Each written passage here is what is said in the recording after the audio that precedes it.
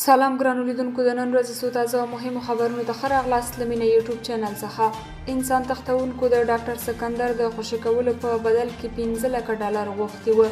د افغانستان اسلامي امارت له لوري په خپرې شوې ویډیو کې انسان تښتونکو په خپلو جرمونو اعتراف کړی او وایي چې د پنجشیر اوسیدونکي دي.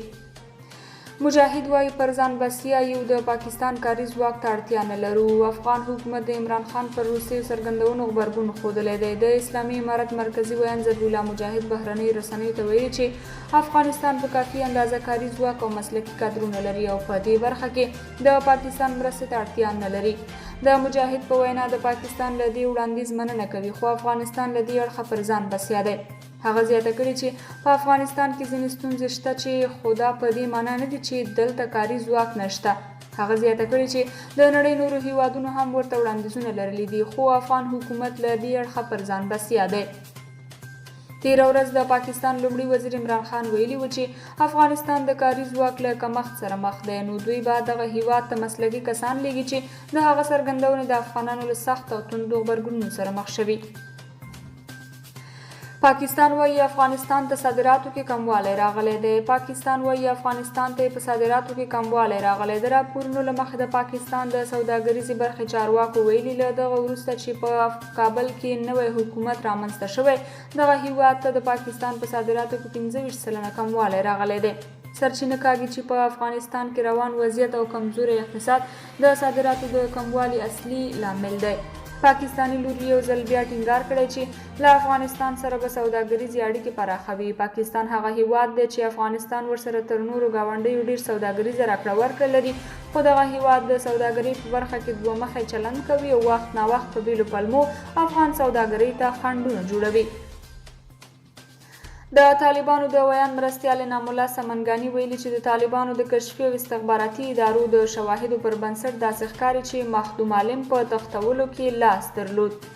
سمنګاني له یوې رسنۍ سره په مرکه کې ویلي چې د ازبکستاني طالبانو یو قومندان مخدوم عالم 2 ورځې وړاندې نیول شوی او اوس کابل ته لیږدول شوی دی.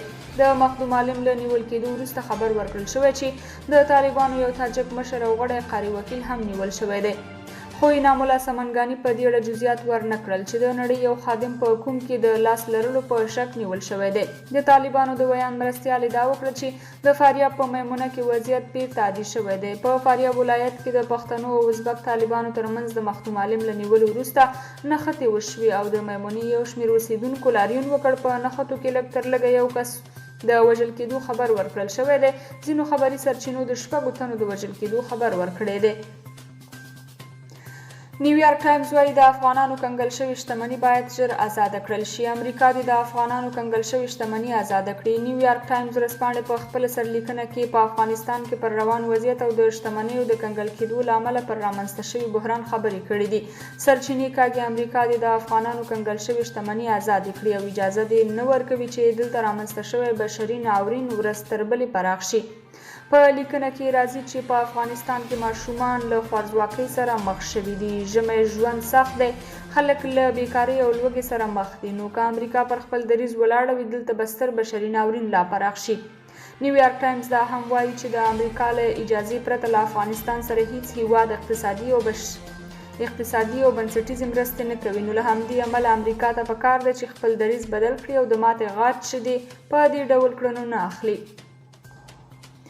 د طالبانو د کورنیو چارو سرپرست وزیر سراجالدین حقانی د چین هیواد له سفیر وانګ یو سره وکتل. د طالبانو د اعلامیې په اساس چینایي سفیر په افغانستان کې د افغانانو د خوښۍ حکومت پر رامنځته کېدو د ټینګار سربیره له طالبانو څخه وغوښتل څو افغان خاوره د هیچ چا پر ضد ونه کارول شي. سفیر وانګ یو په امریکا نیوکه وکړه چې غواړي په اقتصادي بندیزونو د خپلې ماتې غچ له افغانانو واخلي او زیاته کړي چې امریکا په افغانستان کې ټول شموله حکومت د بشر حقونه، د میرمنو حقونه او د بیان ازادۍ د پلمې په توګه کاروي. خو چین غواړي له افغانانو سره کار وکړي څو دوی پر پښو ودروي. د طالبانو د کورنیو چارو وزیر د چین هیواد د سفیر د هرکلي ترڅنګ د چین له بشري مرستو مننه وکړه او غوښتنه یې وکړه چې چین د له افغانانو سره په دې حساسو شرایطو کې خپلو مرستو ته دوام ورکړي. چین نه ده روښانه کړې چې دوی هم پر خپل ضد د افغان خاورې له استعمالېدو اندېښمن دي او که نه. ترکمنستاني او افغان لوري پر مهمو مسایلو خبرې کړې دي. ترکمنستاني او افغان لوري په اشخابات کې پر مهمو مسایلو خبرې کړې دي. د بهرنیو چارو وزارت له لوري په خپرې شوې اعلامیه کې راغلي چې د افغانستان د بهرنیو چارو د سرپرست وزیر امیر خان متقي په مشرۍ پلاوی په پلازمینه اشخابات کې د ترکمنستان د لومړي وزیر لمرستیال رشید مرادوف، بهرنیو چارو وزیر او نورو ترکمنستاني چارواکو سره کتلي دي. په دې لیدنه کې د ټاپي پروژې د پیل، د ریل پټلۍ د کار د دوام او تحصیلي اړیکو په اړه بحثونه شوي دي. ترکمنستان ویلي چې په دغه هیواد کې افغان محصلینو ته ځانګړې پاملرنه کوي او دغه راز به افغانستان ته په تخنیکي برخه کې د مسلکي کادرونو د روزنې لپاره بورسي ورکوي.